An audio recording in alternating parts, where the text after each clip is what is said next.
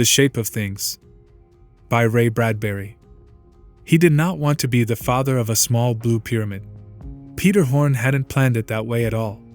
Neither he nor his wife imagined that such a thing could happen to them. They had talked quietly for days about the birth of their coming child. They had eaten normal foods, slept a great deal, taken in a few shows, and when it was time for her to fly in the helicopter to the hospital, her husband, Peter Horn, laughed and kissed her. "Honey, you'll be home in 6 hours," he said. "These new birth mechanisms do everything but father the child for you." She remembered an old-time song. No, they can't take that away from me," and sang it, and they laughed as the helicopter lifted them over the green way from country to city. The doctor, a quiet gentleman named Walcott, was very confident. Polly Ann, the wife, was made ready for the task ahead, and the father was put, as usual, out in the waiting room where he could suck on cigarettes or take highballs from a convenient mixer. He was feeling pretty good. This was the first baby, but there was not a thing to worry about. Polly Ann was in good hands. Dr. Walcott came into the waiting room an hour later. He looked like a man who has seen death. Peter Horn, on his third highball, did not move. His hand tightened on the glass and he whispered, "She's dead." "No," said Walcott quietly. No, she's fine. It's the baby." "The baby's dead, then?" "The baby's alive too, but drink the rest of that drink and come along after me. Something's happened." Yes, indeed, something had happened. The something that had happened had brought the entire hospital out into the corridors. People were going and coming from one room to another. As Peter Horn was led through a hallway where attendants in white uniforms were standing around peering into each other's faces and whispering, he became quite sick. The entire thing had the air of a carnival, as if at any moment someone might step up upon a platform and cry, "Hey, looky! The child of Peter Horn! Incredible!" They entered a small clean room. There was a crowd in the room, looking down at a low table. There was something on the table. A small blue pyramid. "Why you brought me here?" said Horn, turning to the doctor. The small blue pyramid moved. It began to cry. Peter Horn pushed forward and looked down wildly. He was very white, and he was breathing rapidly. "You don't mean that's it?" The doctor named Walcott nodded. The blue pyramid had 6 blue snake-like appendages, and 3 eyes that blinked from the tips of projecting structures. Horn didn't move. "It weighs 7 pounds 8 ounces, someone said. Horn thought to himself, "They're kidding me. This is some joke. Charlie Ruskell is behind all this. He'll pop in a door any moment and cry, 'April Fool!' and everybody'll laugh. That's not my child. Oh, horrible! They're kidding me." Horn stood there, and the sweat rolled down his face. Dr. Walcott said quietly, "We didn't dare show your wife. The shock. She mustn't be told about it, now. Get me away from here." Horn turned and his hands were opening and closing without purpose. His eyes were flickering. Walcott held his elbow, talking calmly. "This is your child. Understand that, Mr. Horn?" No, it's not." His mind wouldn't touch the thing. "It's a nightmare. Destroy the thing. You can't kill a human being." "Human?" Horn blinked tears. "That's not human. That's a crime against God." The doctor went on quickly. "We've examined this child, and we've decided that it is not a mutant, a result of gene destruction or rearrangement. It's not a freak. Nor is it sick. Please listen to everything I say to you." Horn stared at the wall, his eyes wide and sick. He swayed. The doctor talked distantly, with assurance. "The child was somehow affected by the birth pressure. There was a dimensional destruction caused by the simultaneous short-circuitings and malfunctionings of the new birth mechs and the hypnosis machines. Well, anyway," the doctor ended lamely, "your baby was born into another dimension." Horn did not even nod. He stood there, waiting. Dr. Walcott made it emphatic. "Your child is alive, well, and happy. It is lying there, on the table. But because it was born into another dimension, it has a shape alien to us. Our eyes, adjusted to a three-dimensional concept, cannot recognize it as a baby. But it is. Underneath that camouflage, the strange pyramidal shape and appendages, it is your child. Horn closed his mouth and shut his eyes and wanted to think. Can I have a drink? He asked. Certainly, said Walcott. Here. A drink was thrust into Horn's hands. Now let me just sit down somewhere a moment. Horn sank wearily into a chair. It was coming clear. Everything shifted slowly into place. It was his child, no matter what. He shuddered. No matter how horrible it looked, it was his first child. At last he looked up and tried to see the doctor. What do we tell Polly? His voice was hardly a whisper. It was tired. We'll work that out this morning, as soon as you feel up to it. What happens after that? Is there any way to change it back? We'll try. That is, if you give us permission to try. After all, it's your child. You can do anything with him you want to do. Him? Horn laughed ironically, shutting his eyes. How do you know it's a him? He sank down into darkness. His ears roared. Walcott was visibly upset. Why, we don't know for sure. Horn drank more of his drink. What if you can't change him back? I realize what a shock it is to you, Mr. Horn. If you can't bear to look upon the child, we'll be glad to raise him here, at the Institute for you. Horn thought it over. Thanks. But he's still my kid. He still belongs to me and Polly. I'll raise him. I'll give him a home. Raise him like I'd raise any kid. Give him a normal home life. Try to learn to love him. Treat him right. His lips were numb. He couldn't think. You realize what a job you're taking on, Mr. Horn? This child can't be allowed to have normal playmates. Why, they'd pester it to death in no time. You know how children are. If you decide to raise the child at home, his life will be strictly regimented. He must never be seen by anyone. Is that clear? Yeah, it's clear, Document Doc. Is he okay mentally? Yes. We've tested his reactions. He's a fine, healthy child as far as nervous response and such things go. I just wanted to be sure. Now, the only problem is Polly. Walcott frowned. I confess that one has me stumped. You know it is pretty hard on a woman to hear that her child has been born dead. But this, telling a woman she's given birth to something not recognizable as human, it's not as clean as death. There's too much chance for shock. And yet I must tell her the truth. A doctor gets nowhere by lying to his patient. Horn put his glass down. I don't want to lose Polly, too. I'd be prepared now, if you destroyed the child, to take it. But I don't want Polly killed by the shock of this whole thing. I think we may be able to change the child back. That's the point which makes me hesitate. If I thought the case was hopeless, I'd make out a certificate of euthanasia immediately. But it's at least worth a chance. Horn was very tired. He was shivering quietly, deeply. All right, doctor. It needs food, milk, and love until you can fix it up. It's had a raw deal so far, no reason for it to go on getting a raw deal. When will we tell Polly? Tomorrow afternoon, when she wakes up. Horn got up and walked to the table, which was warmed by a soft illumination from overhead. The blue pyramid sat upon the table as Horn held out his hand. Hello, baby, said Horn. The blue pyramid looked up at Horn with 3 bright blue eyes. It shifted a tiny blue tendril, touching Horn's fingers with it. Horn shivered. Hello, baby. The doctor produced a special feeding bottle. This is woman's milk. Here, baby.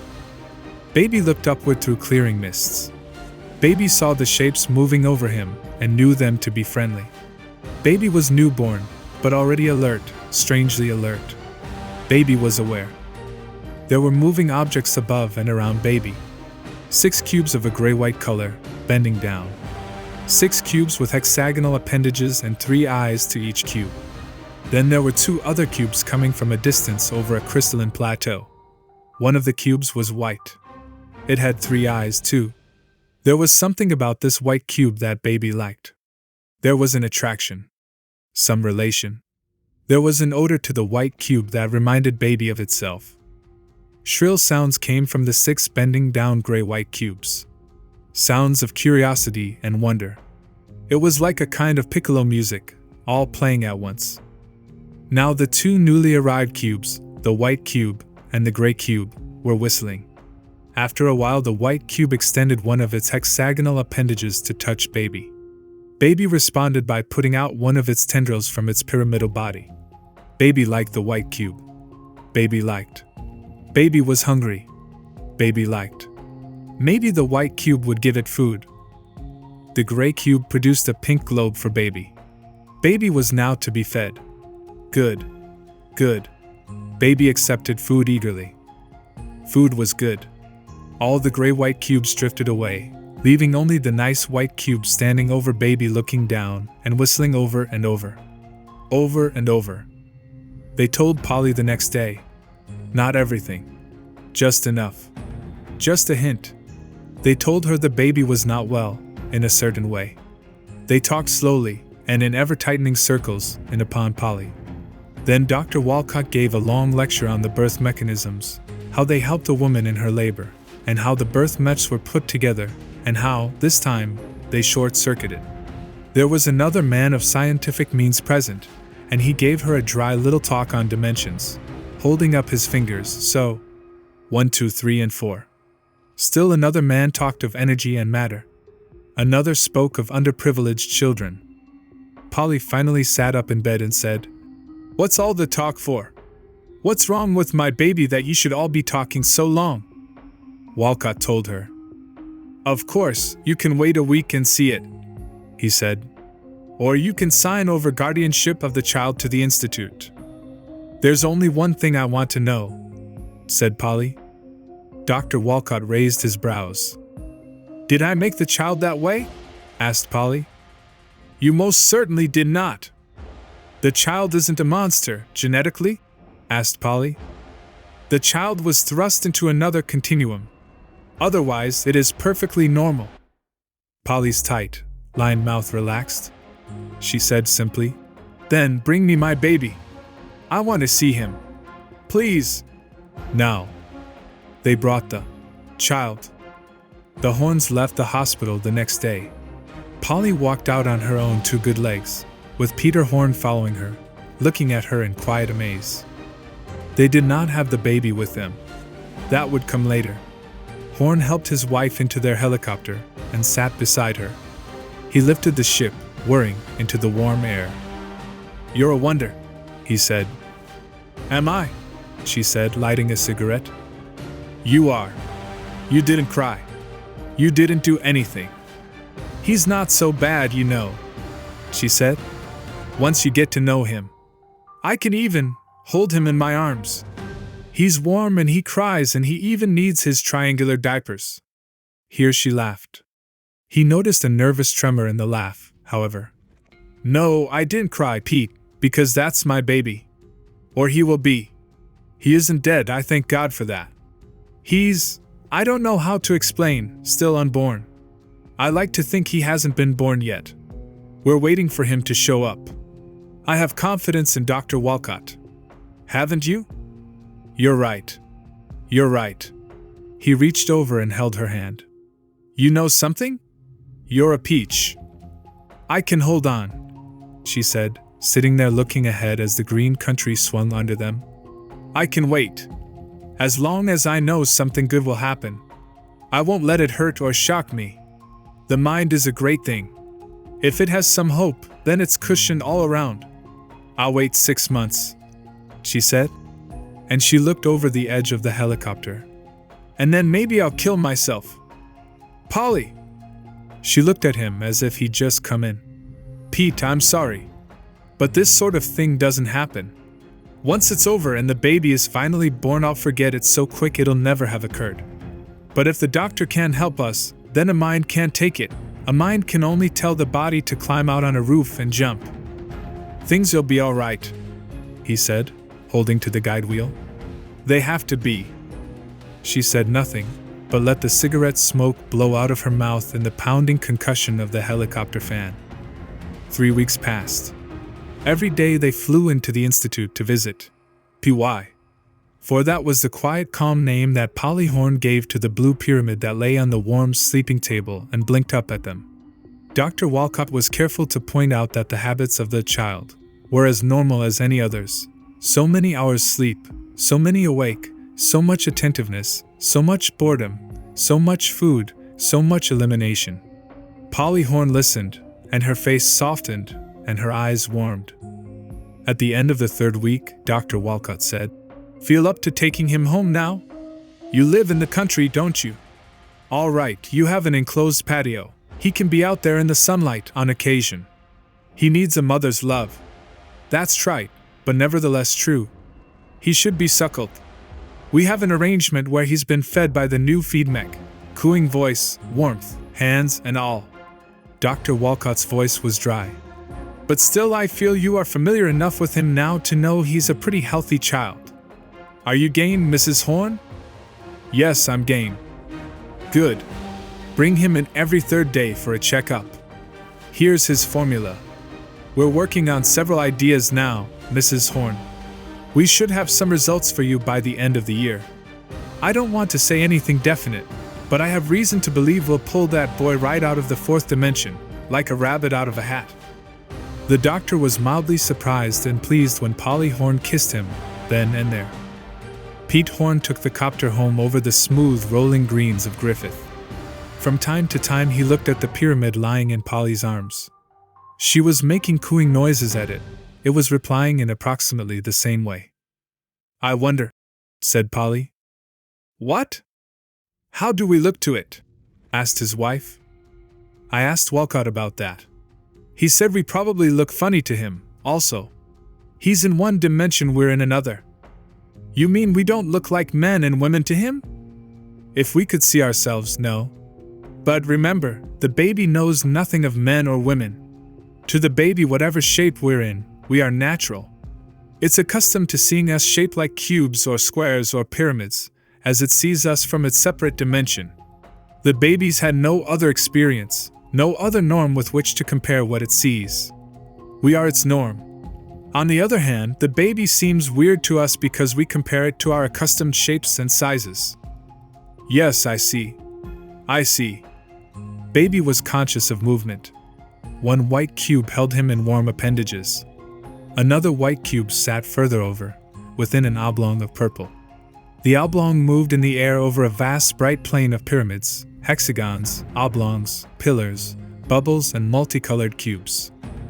One white cube made a whistling noise. The other white cube replied with a whistling. The white cube that held him shifted about.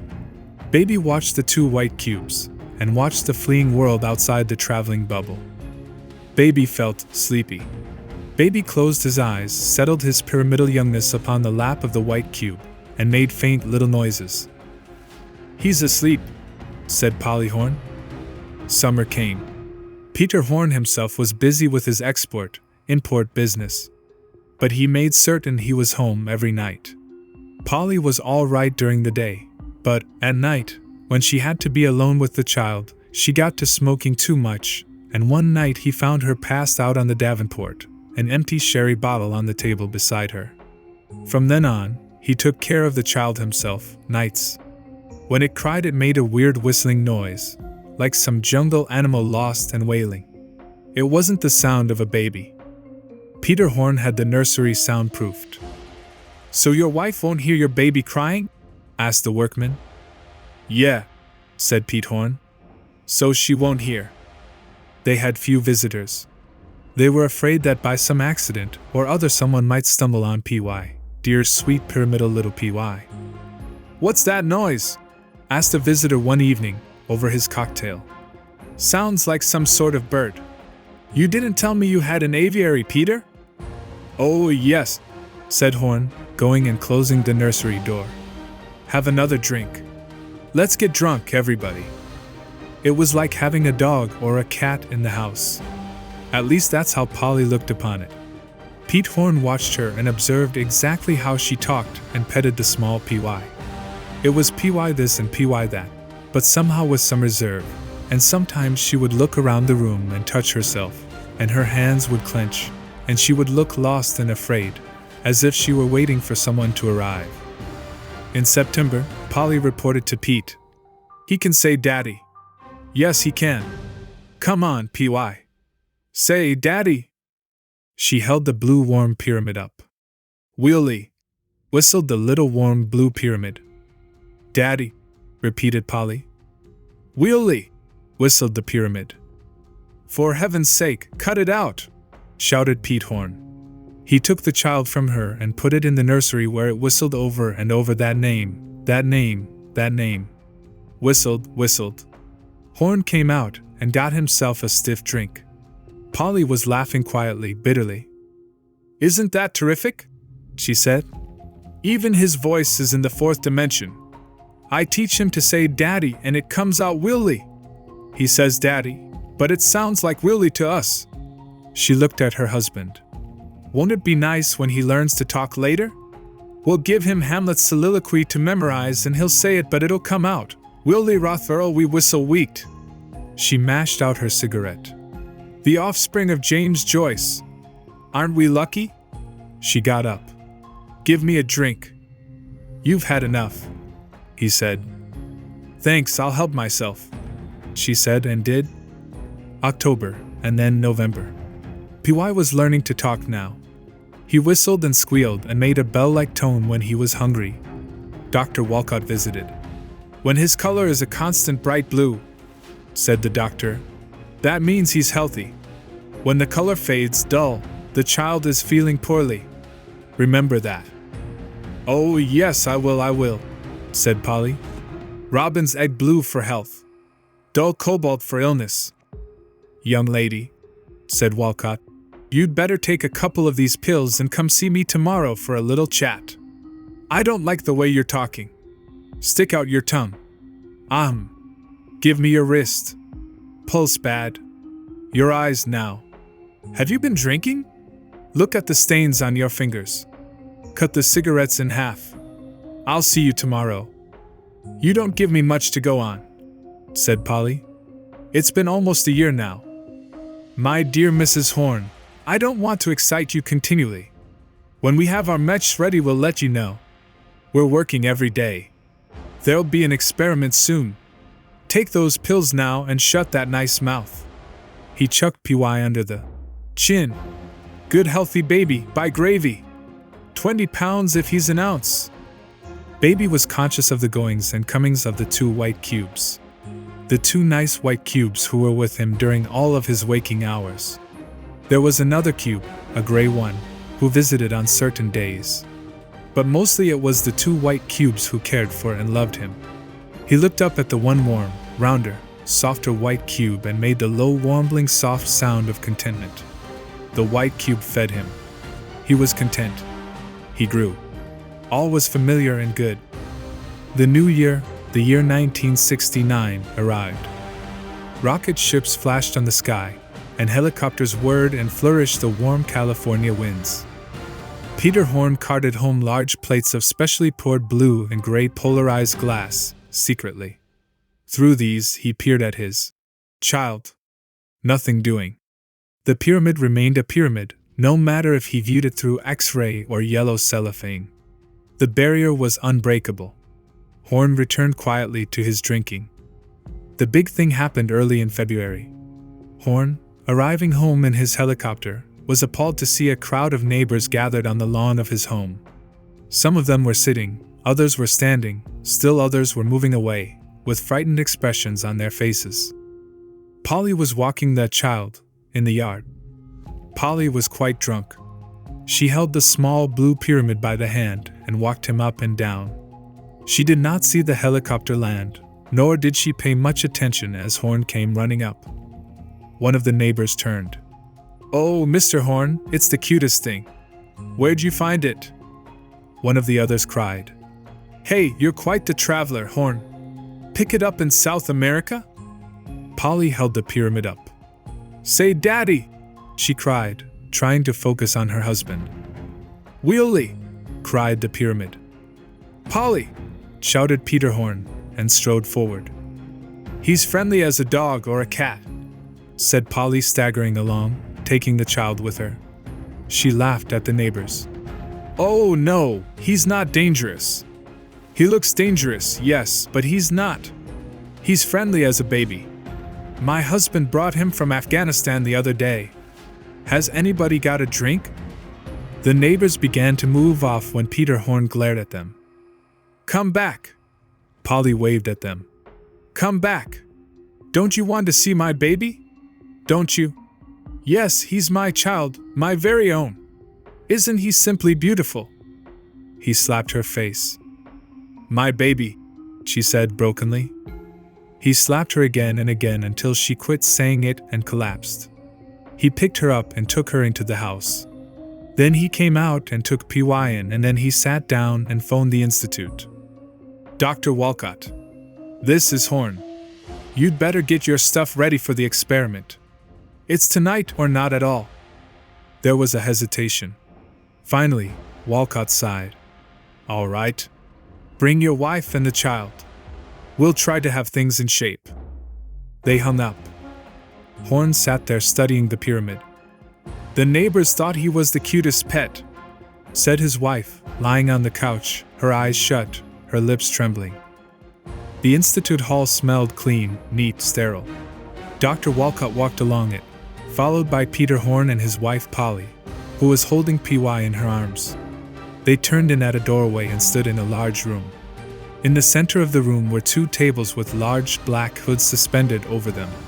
Behind the tables were a number of machines with dials and levers on them. There was the faintest perceptible hum in the room. Pete Horn looked at Polly for a moment. Walcott gave her a glass of liquid. "Drink this." She drank it. "Now, sit down." They both sat. The doctor put his hands together and looked at them for a moment. "I want to tell you what I've been doing in the last few months," he said. "I've tried to bring the baby out of the dimension, 4th, 5th, or 6th that it is in. I haven't said much to you about it, but every time you left the baby for a checkup we worked on the problem. Now, do not get excited, but I think we have found a way out of our problem." Polly looked up quickly, her eyes lighting. "What?" Now, wait a moment," Walcott cautioned her. "I have a solution, but it has nothing to do with bringing the baby out of the dimension in which it exists." Polly sank back. Horn simply watched the doctor carefully for anything he might say. Walcott leaned forward. "I can't bring PY out, but I can put you people in. That's it." He spread his hands. Horn looked at the machine in the corner. "You mean you can send us into PY's dimension? If you want to go badly enough." "I don't know," said Horn. "There'll have to be more explained. We'll have to know what we're getting into." Polly said nothing. She held PY quietly and looked at him. Dr. Walcott explained. "We know what series of accidents, mechanical and electrical, forced PY into his present state. We can reproduce those accidents and stresses. But bringing him back is something else.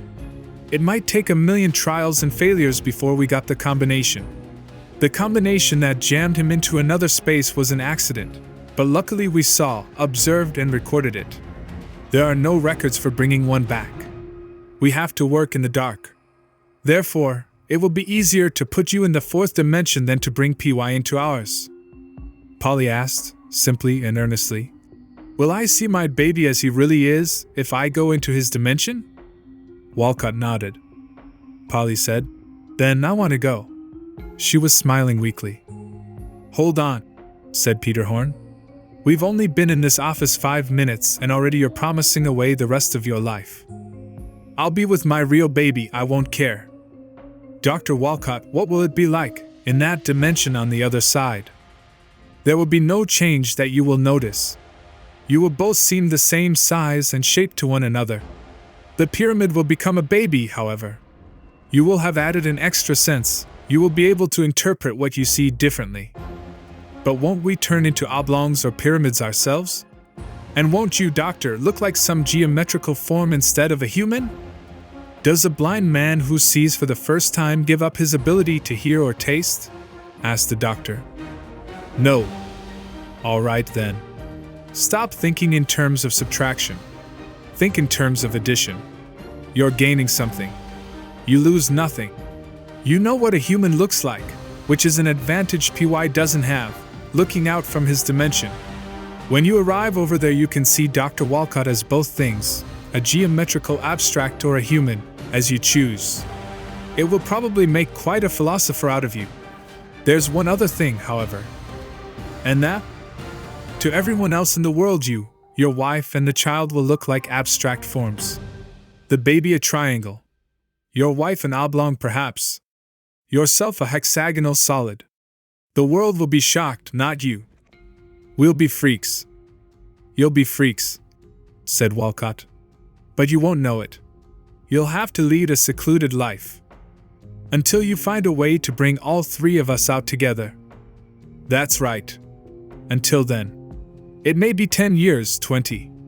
I won't recommend it to you. You may both develop psychoses as a result of feeling apart, different.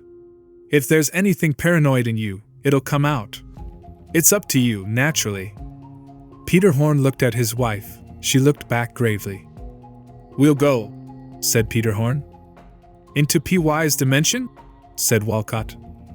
Into PY's dimension, said Peter Horn quietly. They stood up from their chairs.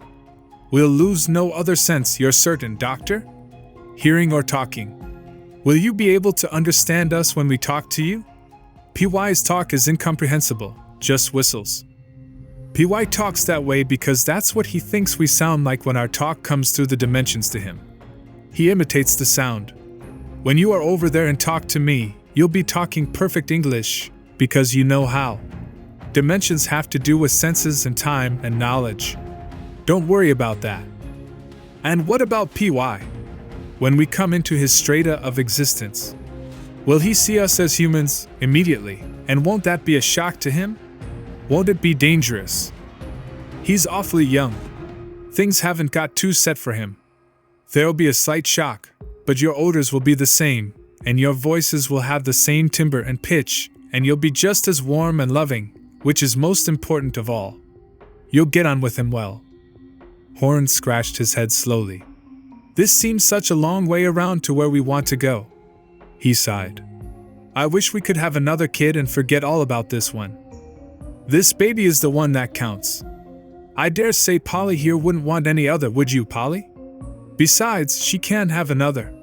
I didn't say anything before, but her first was her last. It's either this baby or none at all. This baby, said Polly. Walcott gave Peter Horn a meaningful look. Horn interpreted it correctly. This baby or no more Polly ever again. This baby or Polly would be in a quiet room somewhere staring into space for the rest of her life. Quite insane. Polly took this whole thing as a personal failure of her own.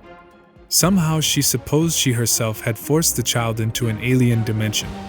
She lived only to make right that wrong, to lose the sense of failure, fear and guilt. It had to be PY. It just simply had to be PY. You couldn't reason Polly out of it. There was the evidence, the pyramid, to prove her guilt. It had to be PY. They walked toward the machine together. I guess I can take it if she can, said Horn, taking her hand. I've worked hard for a good many years now. It might be fun retiring and being an abstract for a change. I envy you the journey, to be honest with you, said Walcott, making adjustments on the large dark machine. I don't mind telling you that as a result of your being over there you may very well write a volume of philosophy that will set Dewey, Bergson, Hegel or any of the others on their ears. I might come over to visit you one day. You'll be welcome. What do we need for the trip? Nothing. Just lie on these tables and be still. A humming filled the room. A sound of power and energy and warmth. They lay on the tables, holding hands, Polly and Peter Horn. A double black hood came down over them. They were both in darkness. From somewhere far off in the hospital, a voice clock sang. Tick-tock, 7 o'clock. Tick-tock, 7 o'clock. Fading away in a little soft gong. The low humming grew louder. The machine glittered with hidden, shifting, compressed power. "Will we be killed? Is there any chance of that?" cried Peter Horn. "No, none!" The power screamed. The very atoms of the room divided against each other, into alien and enemy camps. The two sides fought for supremacy. Horn opened his mouth to shout as he felt his insides becoming pyramidal, oblong with the terrific electrical wrestlings in the air. He felt a pulling, sucking, demanding power clawing at his body. Walcott was on the right track, by heavens. The power yearned and nuzzled and pressed through the room. The dimensions of the black hood over his body were stretched, pulled into wild planes of incomprehension.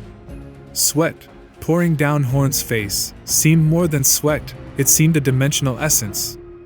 He felt his body webbed into a dimensional vortex, wrenched, flung, jabbed, suddenly caught and heated so it seemed to melt like running wax.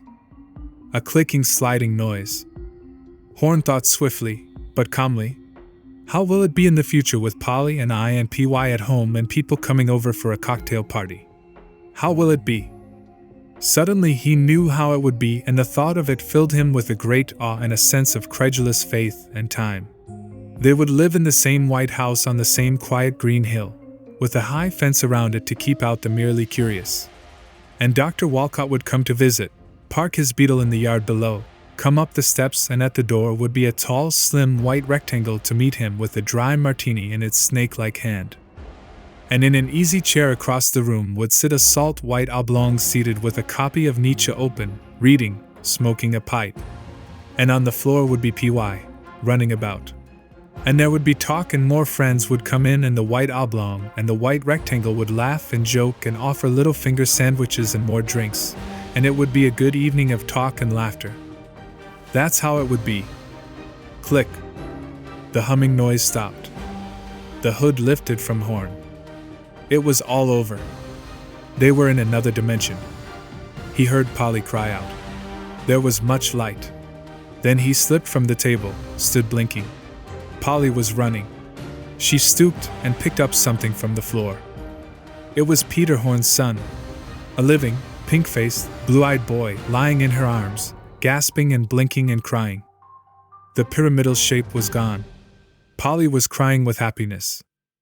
Peter Horn walked across the room, trembling, trying to smile himself, to hold on to Polly and the boy baby, both at the same time, and cry with them.